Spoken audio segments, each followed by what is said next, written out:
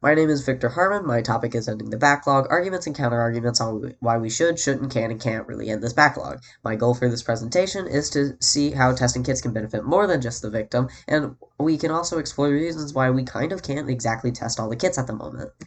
So, first off, sexual assault happens every 73 seconds in the United States. Because of this, you can see that many of these cases go unreported. So, of the people who take these rape tests and these kits, they really kind of expect them to be tested as they are both invasive and intrusive, meaning that they are basically medical swabs of the entire body trying to collect as much DNA evidence as possible to make a profile of a criminal. They are also extensive, meaning that they take between 4 to 6 hours to even get the samples, and they can use these samples to help solve and prevent future crimes. They can do this by identifying and assailants, finding serial offenders, and exonerating those wrongfully convicted, people put in jail that shouldn't have been in jail for the crime that they did not commit.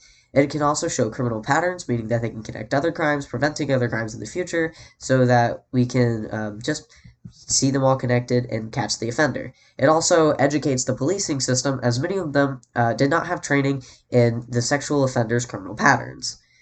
It also has a positive economic impact, as testing these kits and prosecuting the offenders can take serial criminals off of the streets, meaning that we can avoid future conflict with them, and we save millions of dollars by doing this.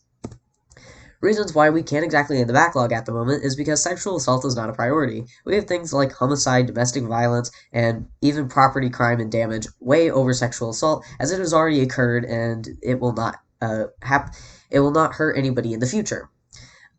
We also have a lack of resources in both labs and the policing system. The lack of resources in the labs meaning we don't have exactly the funding or the personnel to get all these tests through. In fact, we have an increase in technology, and because of this increase in tech, more people want more DNA to be tested. So now they just receive so many samples that they have such long turnaround times that it can take years just to get a rape kit back. The police systems have a lack of tech to even find these untested kits, and many a times they have a lack of personnel to even transport the ones that they do find, and they don't even have enough staffing to investigate and follow up on further leads on these kits and on these cases. They all would To end the backlog, it would also require additional police force training, as many a times they are just not well trained to understand the impact of trauma on victims and their memory. Which makes them think that their victims and survivors are just being uncooperative, meaning that both of them will drop the case. They're also just not well trained on sexual offenders' criminal patterns, as stated in the earlier slide, because they just don't have exactly the sexual offenders training that they really need. It's also very expensive to test one kit. One kit costs between $1,000 and $1,500 just to get. So yes, in the long term you could save millions of dollars, but in the short term you're spending hundreds of thousands. Thank you.